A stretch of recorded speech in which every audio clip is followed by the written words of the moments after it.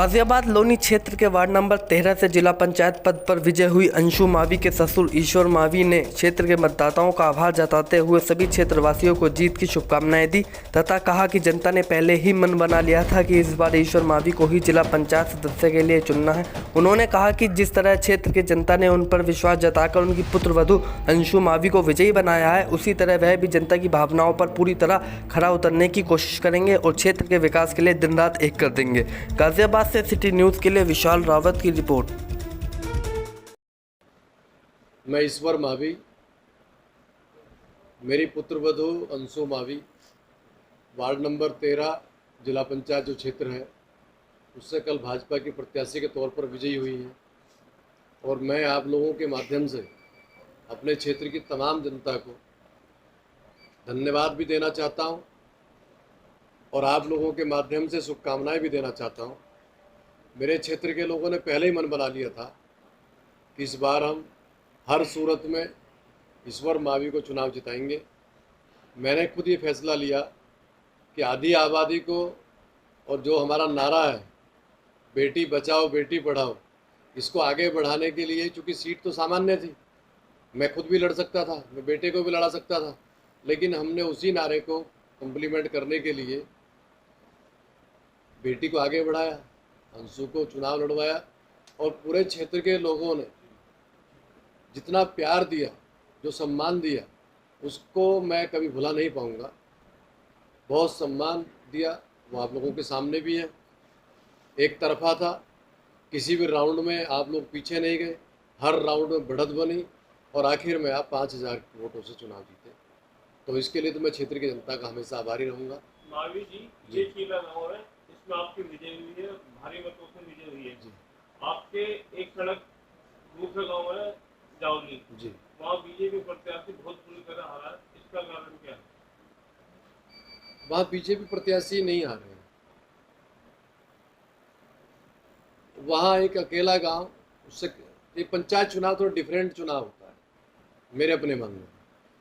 बिल्कुल जो बराबर का गांव है वो अकेले, उस बड़ा गांव है मेरे यहाँ, जावली बड़ा गांव है और बड़े गांव में अकेला प्रत्याशी रहे और अकेला प्रत्याशी भी पूरा गांव इकट्ठा होकर लड़ा दे तो देखो फिर तो भारी पड़ जाए।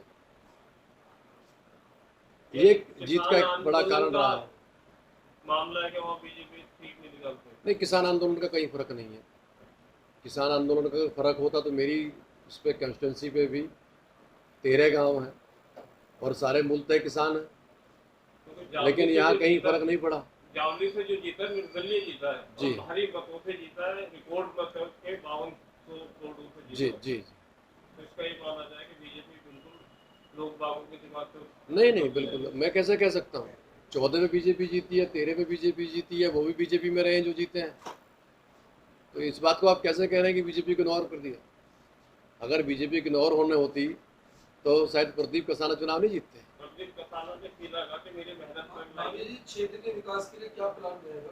क्षेत्र के विकास के लिए प्लान हम लोगों का बहुत स्पष्ट है। जितनी भी टूटी हुई सड़कें हैं, जैसे कि आपने देखी होंगी, सबसे पहले तो ग्रामीण क्षेत्र में जो व्यवस्थाएं हैं अभी तक, जिनका पूरा काम अभी तक जो हो जाना चाहिए था वो नहीं हुआ। सड़कें भी बहुत हद तक टूटी फूटी हैं कहीं ना कहीं, उन सड़कों को बनवाएंगे। और जो हमारी प्राथमिकताएं हैं, गांव के अंदर लाइब्रेरियां नहीं हैं बच्चों को पढ़ने के लिए, लाइब्रेरी को व्यवस्था हम लोग कराएंगे।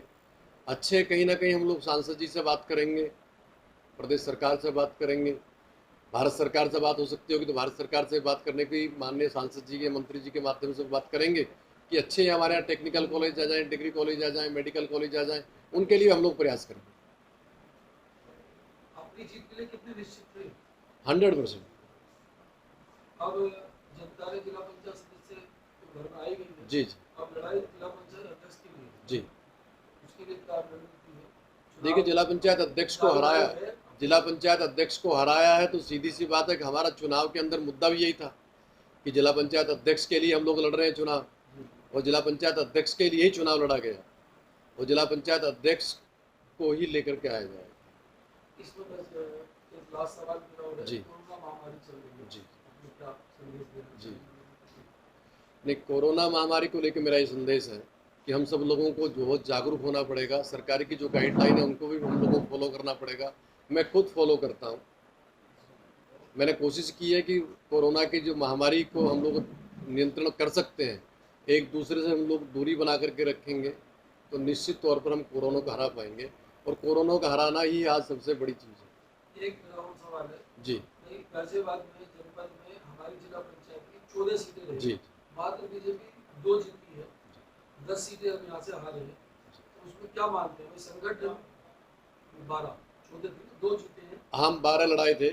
12 रहे, 2 सीटों में 6 8 का आपका प्रत्याशी जी। समर्थन उनको नहीं दिया था। जी जी इसको क्या मानते हैं? मतलब संगठन की कमजोरी रही जो हम सीधे हारे हैं, या पार्टी ने जो समर्थन दिया, समर्थित प्रत्याशी बनाए, या वो लोग कमजोर थे लड़ने में? नहीं, ना तो वो लोग कमज़ोर थे जिनको पार्टी ने लड़ाया, ना ही संगठन कमज़ोर था या संगठन की कमी थी कि संगठन की कमी से चुनाव हारे।